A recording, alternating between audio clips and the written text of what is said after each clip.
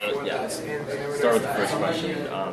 Why did you decide to focus the members' PTSO meeting on sexual culture in high school?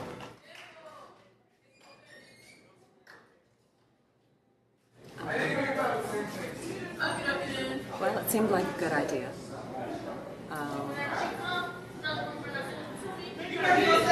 Because we were sort of looking forward to not only high school, but kids heading off to college, and there's a lot of stuff in the press about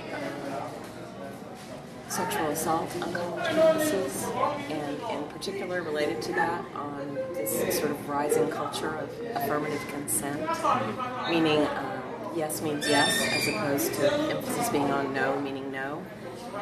And we just decided that this was a good time to, it's actually probably a little late in high school to have the conversation, but middle school is a good time to start the conversation, high school is a good time to keep it going. Right. And how would you define sexual harassment?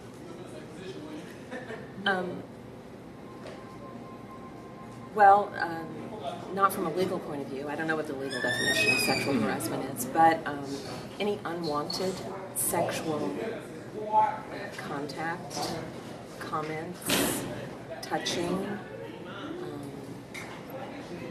photos, and rumor spreading. And do you think CCHS is a safe place for females in particular? I'm afraid I don't know the answer to that. I'd love to know the answer. I think students are the ones who know.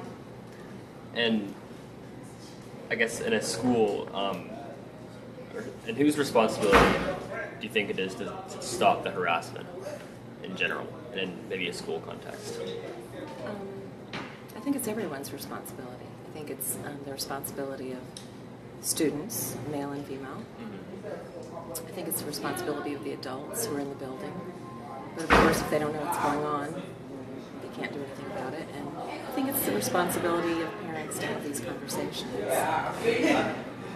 And do you think the national media coverage surrounding harassment and assault have changed the way students or the public in general think about the issues? I hope so. I do think there's a new kind of conversation that's happening. And I would love to see that conversation take off here at Clark Central.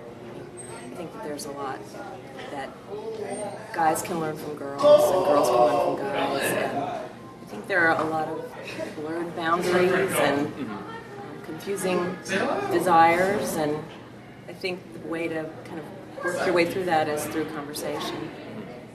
And what was the conversation at the PTSO meeting in particular? That conversation was specifically about services that are offered at the cottage here in Athens, services for people who have been the victims of sexual assault. But then we also tried to broaden it to just kind of the culture of dating, the culture of sexting, how to stand up for yourself assertively in a relationship, what's a healthy relationship, what are some signs that maybe your relationship is not so healthy. Right. Gotcha.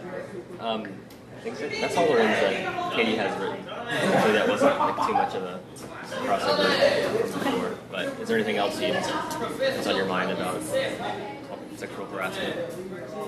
No, other than that, I was really encouraged when after the PTSO meeting, several students who were there really wanted to pursue this topic. And since then, I've talked to both Mr. Hicks and Ms. Underwood, and they're very interested in pursuing this topic. So it would make me really happy if one of the things that came out of that night was an opportunity for students to talk to each other more about this.